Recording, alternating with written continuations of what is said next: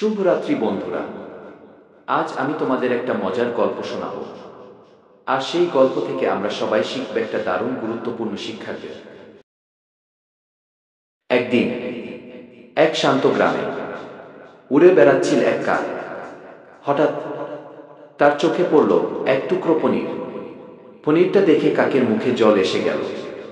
সে মনে মনে ভাবল, আহা, কি সুন্দর পনির! যদি খেতে পারতাম, দারুণ হতো। কাক আর দেরি না করে নিচে নামল।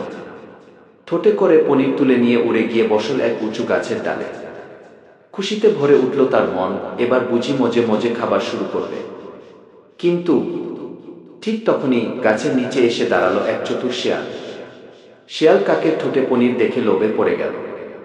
মনে মনে বলল, এই পনিরটা আমাকে পেতেই হবে, কিন্তু কিভাবে? হঠাৎই শিয়ালের মাথায় এলো এক চালাকি।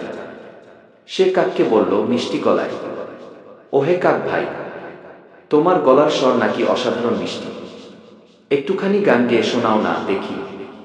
কাক শিয়ালের কথা শুনে গর্বে গদগদ হয়ে গেল।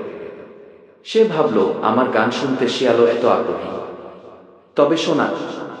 মুখ খুলে গান ধরল কাক। আর মুহূর্তের মধ্যে ঠাস, পনিরটা পড়ে গেল নিচে। শিয়াল ঝটপট পনিরটা কুড়িয়ে নিল আর দৌড়ে পালাল। অবাক হয়ে তাকিয়ে রইল কাক। সেই মুহূর্তে কাক বুঝল, সে ভীষণ ভুল করেছে। আর সেই ভুল থেকে সে একটি শিক্ষা পেল।